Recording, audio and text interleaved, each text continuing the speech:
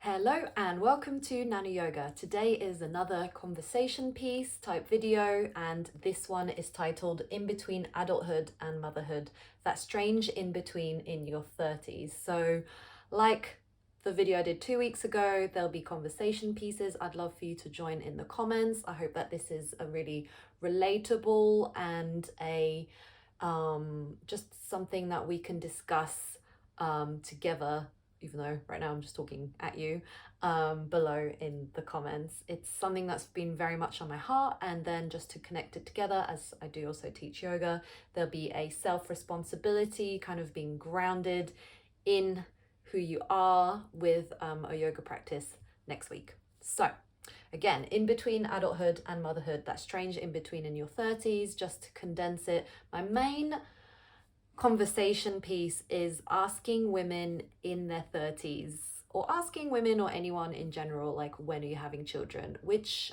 my actual answer is it's none of your business. And perhaps you're someone who's asked that, perhaps you have got children, perhaps you're in my situation, you're kind of in your early 30s, maybe you're in a different situation where maybe you've been traveling, you've been kind of learning about yourself, and maybe you have a partner like me, but you're not really sure yet, if you're ready. It's a big responsibility.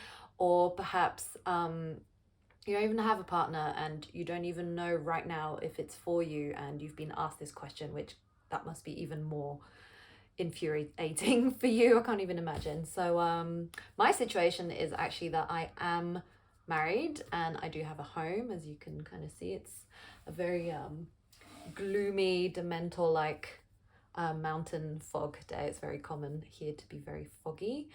Guess it's good for your skin, not getting any sunshine. But this question of when you're having children, it just makes me feel really like we're not living in 2023 anymore.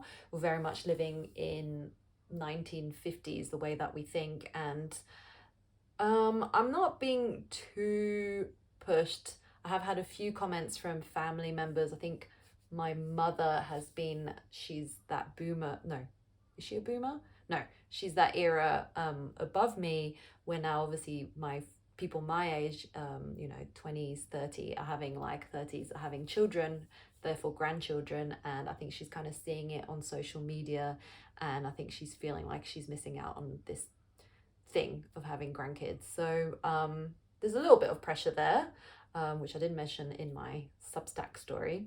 But I think everyone's situation is so different, and it's such a personal question. And then, of course, we have the pandemic which hit, and therefore, like, people who are kind of my age and a little bit younger, so early 30s or just turned 30 or around late 20s, probably have had children, like my friends have. And there's nothing wrong with having children, of course. That is kind of why we're biologically, I can't deny it, on this planet, is just to procreate. I mean, that's why sex sells, right? And but everyone's situation is so different. Although, saying that, from when I went to university with the four girls we lived together, I'm the only one that's still childless. So I'm kind of feeling that early 30s pressure, like I should have kids, but there's this other side of me that's just not ready. But that's also kind of worried because, my biological clock is ticking, even though I just saw on online that Naomi Campbell just had the second child at 53. But I mean, those sort of celebrity Cameron Diaz people having babies in their 50s, they have like unsurmountable, is that the word, just like a huge amount of wealth and resources, that I think that they are aging in a different way. But so I'm just talking more about fellow people, in our 30s, who are kind of, yeah, in this really like situation of not being able to answer the simple question is, when do you want to have kids? And yeah, there's the biological clock. Also, for me, I'm obviously not at that age now, but my grandmother on my French side had my father and then my aunties really young. Like, she was only like 17 or so. She completely missed the, in the 60s, like the sexual revolution, the women's movement. and essentially just sort of the contraceptive pill. And obviously, if it wasn't for my grandmother having my father, I would not be here. So I'm not like bitching about that, but I'm just saying that she was only about 17 or 18 when my father was born, and that's so young. I think my grandfather was like early 20s, and I understand that obviously back in the late 50s that was a whole different situation. But I think through my grandmother's relationship with my aunties and my father, they all have had well, they all have, or my father's had he had manic depression, which is bipolar disorder, and both of my aunties also have their own mental health issues. And I'm not saying that it's genetic, although it was brought on from their upbringing, but I do sometimes wonder, you get these feelings, and as the grandchild, you get treated so differently to your parents and how they parented them. But I definitely saw a bit of resentment there, and I just always was very wary of ever having to repeat the past into the future. So I definitely saw, like, from my family perspective, like having kids then extremely young, whereas my mother had me and I mean, she would have had me at my age back in the day, but she actually had my sister in her late 30s, and then in her early 40s she had my brother. So I kind of banking genetically on that I'm still reasonably healthy, and hopefully my reproductive organs are. And that's why it's a bit scary to talk about this. And I talk about it with my really good friend back at home, like my best friend back in England. But we're kind of like, yeah, just that, well, it could be too late. There's the stigma of someone should have a baby by 28, I don't know. And then just being sort of at this age, and I've discussed this with my friends partner, like we're like a wife, where we're like really in that weird in between of like we're adults, like we have house insurance, car insurance, and we have these, bills to pay, and like there's life, but then there's that like next step. And for some of us it might seem selfish, but we have not made that choice to have children.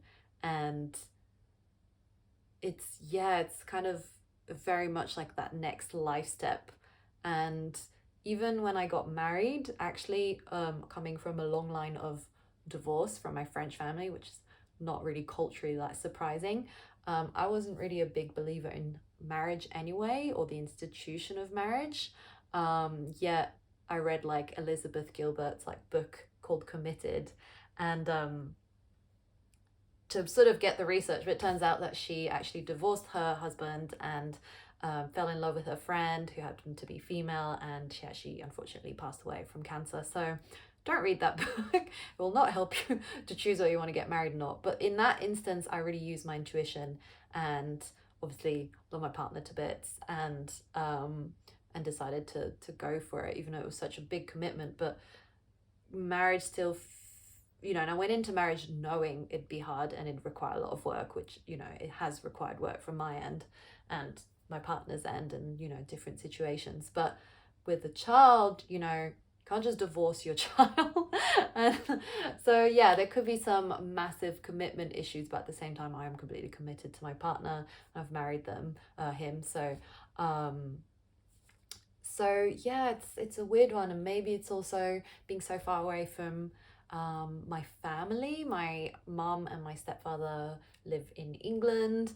My husband is Australian. His mother lives in New South Wales, like way far south, away from the big cities. So it's not like they are going to be able to help very easily. I mean, they can come and visit, of course, but it's not like I can just pop by and they can pop by. It's very much like a 8-12 hour journey. I mean, probably more coming from southern New South Wales. But to get here, and I know they'll be supportive, and but it's just, I wonder if that is something where my families are the polar opposite side, and I'm just kind of living my life as you can see, I mean, it looks like just a forest, but at the foothills of the mountains where the snow is amazing, and I love to snowboard. So there's just so many different things. So I guess that's why it's really hard to answer the question of when you're having children, because it becomes a conversation which is this long, and I don't really think that people want to have this deep discussion. My other problem is living in Japan, the way things are done here so differently, and you hear very different things. At least the child and mother mortality rate is like really low, but they do kind of tell you you're fat because I want to keep the baby small as you're getting pregnant. And which, honestly, if a male doctor said that to me, I don't know if I could hold back. I think I would just end up swearing to him in English. I mean, I can speak Japanese, but I don't know how to do aggressive Japanese. It's not the culture here, or in French. And then in angry French. And also, you know, things are just done so differently, and I'd not be doing this on my own, but like, just scary. It's very scary. And I know there's lots of, I've got friends who are Westerners and they've had to do it here. And so it's not an impossible task for sure. It's just, I don't know, many scary things. Also the fact that Japan is just like not very friendly towards women. They just sent a male minister to the G7 Women's Empowerment and Gender Equality meeting. So yeah, that just kind of shows how it works for women in this country.